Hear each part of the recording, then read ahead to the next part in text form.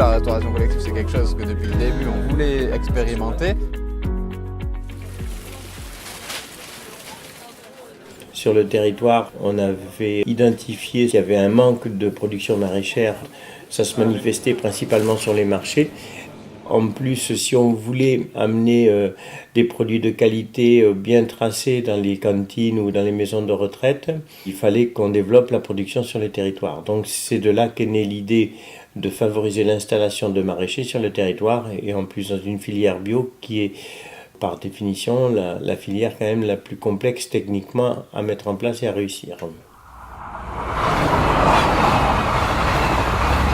Le maraîchage, c'est un des outils aussi pour conserver une densité d'agriculteurs suffisante sur le territoire avec des superficies d'exploitation relativement restreintes. La communauté d'agglo a joué deux rôles importants. Le premier, c'est les acquisitions foncières de départ et les travaux qui ont pu être réalisés pour accueillir l'association. Elle a servi aussi un peu de garantie sur le démarrage de l'association. Et ensuite, chaque année, la communauté d'agglo verse une subvention de 40 000 €, une subvention d'équilibre à l'association pour lui permettre de fonctionner comme il faut et d'assurer l'encadrement des maraîchers qui sont sur la couveuse.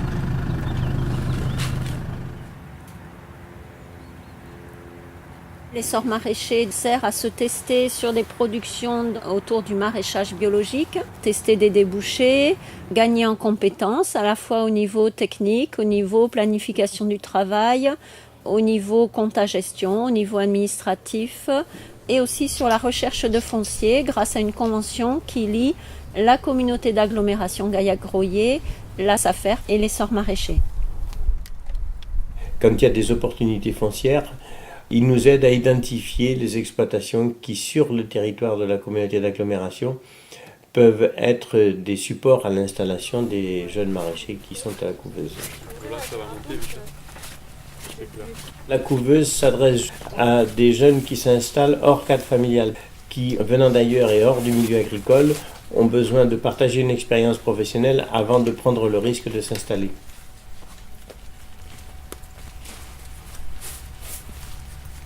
Il faut avoir déjà une formation agricole. L'idée, c'est qu'au cours de cette formation agricole, le porteur de projet a pu préciser son projet en fonction de ce que la personne veut faire, les investissements qu'elle prévoit, le foncier, les ressources humaines qui sont prévues et les débouchés. Et troisième point aussi, c'est le plan de financement pour la possibilité d'une installation en sortie de test soit réelle. L'espace test ne fait pas l'avance des charges de culture, donc tout ce qui est semences, fumures et tout ce qui est charges opérationnelles, le petit outillage entre autres, le carburant pour le tracteur, etc. C'est à chaque maraîcher de le prendre en charge et d'en faire l'avance de trésorerie. Donc il faut prévoir pour la première année à peu près autour de 6 000 € d'avance de trésorerie à faire, puisqu'il faut tout mettre en culture au départ avant de récolter. Ce test d'activité agricole peut se faire dans le cadre d'un contrat qui s'appelle le contrat CAP, qui est d'une durée d'1 an renouvelable 2 fois, donc en maximum 3 ans, et qui permet à quelqu'un qui teste son projet de création d'entreprise d'avoir une couverture juridique et sociale. Cet hébergement, il est fait par l'essor maraîcher. Sur ce lieu test permanent, on a 4 unités de production. Ce qu'on appelle une unité de production, c'est la surface nécessaire à une personne ou 1,5 environ. Donc ça représente 2 tunnels froids, donc environ 900 m² de tunnel et 1 hectare de plein champ.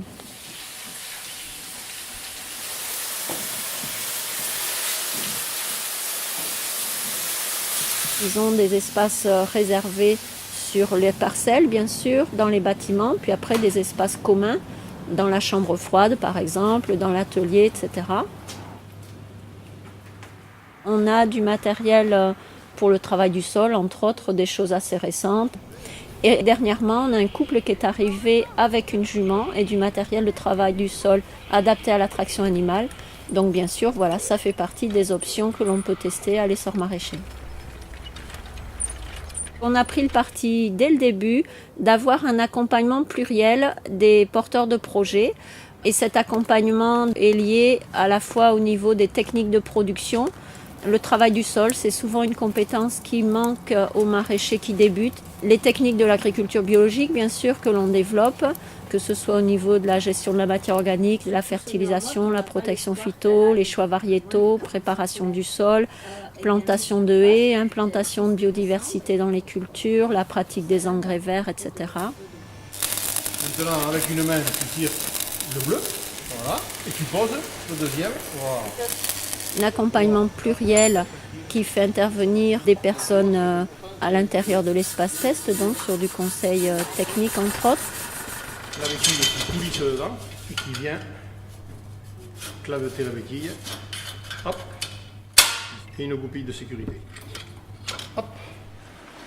Mais aussi des techniciens qui travaillent au sein de nos structures partenaires, par exemple la Chambre d'agriculture, qui intervient plutôt sur du suivi technique des cultures, Inéopole Formation, qui intervient plutôt sur l'accompagnement en compta-gestion, l'ADR du Tarn, qui intervient plus au niveau des plans de culture. Dans certains cas, on a été obligé de répondre à des candidats qu'une place se libérerait dans 1 an ou 1 an et demi. C'est ce qui nous a conduit, entre autres, à commencer à entamer de l'accompagnement en archipel sur des sites donc éphémères qui sont le plus souvent chez des agriculteurs ou bien sur du foncier mis à disposition par un propriétaire privé ou une association ou une collectivité. Et on pense tout particulièrement aux paysans boulangers qui auraient besoin, eux, par exemple, de quelques hectares pour cultiver du blé et pouvoir commencer de la panification.